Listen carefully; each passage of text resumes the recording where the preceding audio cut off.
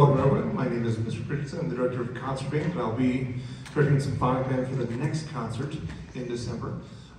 This has been a real short turnaround for us. Our symphonic band had a grand total of 6 rehearsals before this concert.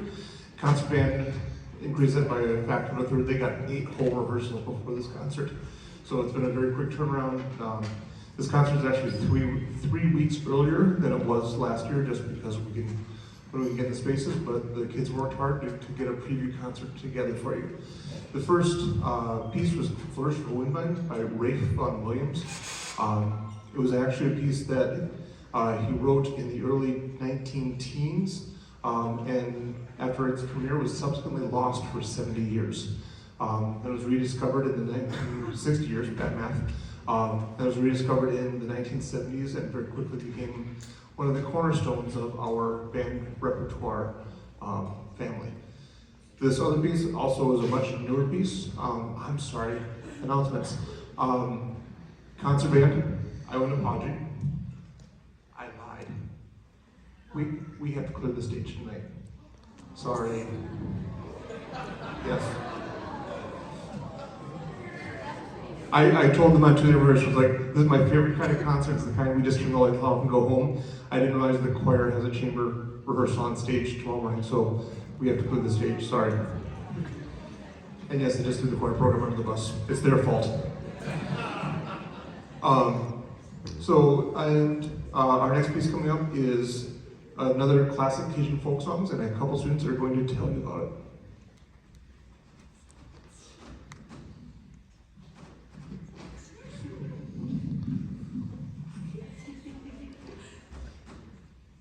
Cajuns are descendants of the Acadians, a group of early French colonists who began settling in Acadia, now Nova Scotia, around 1604. In 1755, they were driven out by the British, eventually resettling in South Louisiana. Today, there are nearly 1 million French-speaking descendants of the Acadians living in Louisiana and parts of Texas, preserving many of the customs, traditions, stories, and songs of their ancestors. Although a rich Cajun folk song tradition exists, the music has become increasingly commercialized and Americanized throughout the 20th century, obscuring its original simplicity and directness. In response to this trend, Alan and John Lomax traveled to South Louisiana in 1934 to collect and record numerous Cajun folk songs in the field for the Archive of Folk Music in the Library of Congress. By doing so, they helped to preserve Cajun music in its original form as a pure and powerful expression of Louisiana French society. We had the opportunity to listen to these recordings in class, as both of these songs have had digital copies made from the original wax cylinder recordings. La Belle et le Capitaine tells the story of a young girl who feigns death to avoid being seduced by a captain.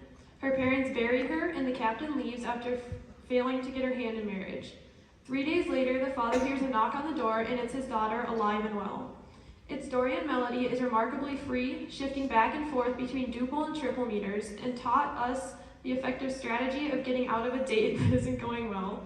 Play dead until they give up. Belle is about a man who goes away to Texas only to receive word of his sweetheart's illness, forcing him to return to Louisiana. Finding her unconscious upon his return, he pawns his horse to try to save her, to no avail. Cajun folk songs is composed as a tribute to the people of the old Cajun folk song culture, with hopes that their contributions will not be forgotten. We hope you enjoy.